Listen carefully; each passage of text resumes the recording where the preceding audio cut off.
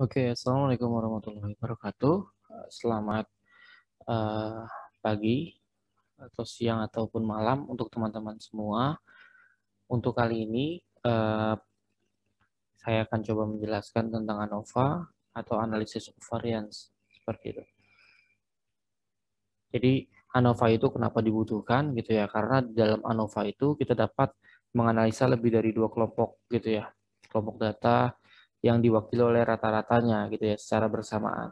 Jadi kita cari rata-rata dari setiap kelompok data yang didapatkan oleh kita gitu. Kemudian nanti akan kita uji hipotesis yang kita buat dibandingkan nanti dengan hipotesis alternatif yang juga akan kita buat. Nah, selanjutnya pola sampelnya yang berbeda gitu ya akan berpengaruh terhadap pengujian hipotesis gitu ya. Jadi pola sampelnya diusahakan sama karena agar hipotesis yang dihasilkan atau mungkin nanti rata-ratanya tidak terlalu uh, berpengaruh. Kemudian ini berbeda dengan distribusi T yang menguntungkan boros waktu dan juga peluang kesalahan besar. Perlu metode yang cepat untuk menggabungkan resiko kesalahan cukup kecil, itu yang menggunakan ANOVA gitu. Jadi kondisi sampelnya itu adalah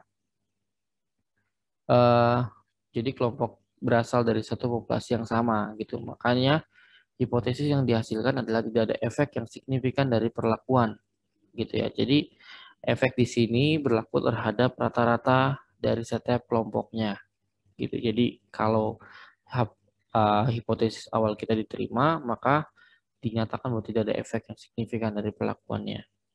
Nah, terus kemudian itulah sampel-sampel yang ada pada seluruh kelompok berasal dari populasi yang berbeda. Maka hipotesis yang berbunyi itu adalah tidak ada perbedaan efek perlakuan antar kelompok.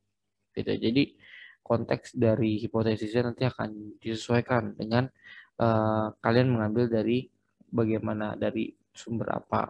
Gitu. Nah contohnya di sini ada 5 kelompok, maka rata-rata dari kelompok 1, 2, 3, 4, 5 tidak memiliki perbedaan yang secara signifikan. Nah, jika ditolak, maka ada mungkin salah satu dari rata-rata tidak sama, gitu ya. Artinya itu bisa dievaluasi berikutnya. Nah, asumsinya bahwa kelompok sampel yang independen, hasil kelompok A tidak mempengaruhi hasil kelompok B, C, dan lain-lain. Gitu. Jadi, kelompok-kelompok ini tidak saling berpengaruh. Sampel diambil secara random sehingga tidak ada bias pada hasil sampling. Nah, konsep statistika gitu ya, jadi random. Sampel-sampel tersebut diambil dari populasi yang memiliki distribusi normal. Nah, selanjutnya adalah variance dari seluruh distribusi normal populasi sama. Cara ngecek dari suatu kumpulan data yang kita punya itu dengan cara kita memasukkan atau menginput dari data-data tersebut ke software, contohnya SPSS gitu atau Minitab. Nah, dari sini kita coba buat histogram ya. Nah, dari histogram ini nanti akan terlihat bahwa data ini termasuk normal atau tidak normal gitu ya. Terus juga pada tahap lain gitu atau cara lain, kita menggunakan software untuk pengujian variansnya dengan cara kita mencari nilai mean dan variansnya. Mengapa menggunakan ANOVA? Karena kita bisa memudahkan analisis pada beberapa kelompok sampelnya. Gitu. Jadi kelompok sampel yang tadi kita sudah buat dalam hipotesis, kita dapat menganalisisnya. Jika terdapat satu atau lebih yang tidak sesuai, maka juga kita lakukan pendalaman, gitu ya. Terus mengetahui signifikansi perbedaan rata-rata kelompok satu dengan yang lain. Karena ukurannya itu adalah tingkat signifikan, maka kita akan mengetahui perbedaan signifikannya di mana, gitu. Nah, langkah-langkah dari ANOVA atau analisis variance itu adalah dengan cara kita kelompokkan dulu data dengan tabel yang kita akan buat. Selanjutnya tentukan hipotesisnya, hipotesis awal dan hipotesis alternatif. Kemudian menghitung variability seluruh sampel, menghitung derajat kebebasan, terus juga menghitung variance antar kelompok dan variance dalam kelompok. Selanjutnya menghitung nilai distribusi F, dan terakhir membuat kesimpulan berdasarkan kasus yang diterima. Nah, ini langkah pertama itu membuat tabel dan tentukan hipotesis. Nah, tabel yang dilakukan seperti ini. Jadi tabel nanti ada tabel produk A, B, dan C. Nah, di mana H0-nya itu adalah kita ingin tahu apakah ada perbedaan efek perlakuan yang signifikan dari tiga kelompok data ini. Gitu. Nah, eh, hipotesis alternatifnya adalah salah satu dari rata-ratanya tidak sama. Gitu. Jadi ada satu atau mungkin lebih dari yang ditentukan tidak sama. Nah, di sini ada menghitung variabilitas, itu menggunakan total of sum squares, gitu ya, jumlah kuadrat simpangan total.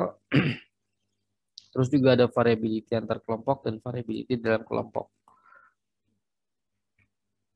Menghitung derajat bebas itu dengan cara melihat tabel, gitu ya, bisa kita melihat tabelnya.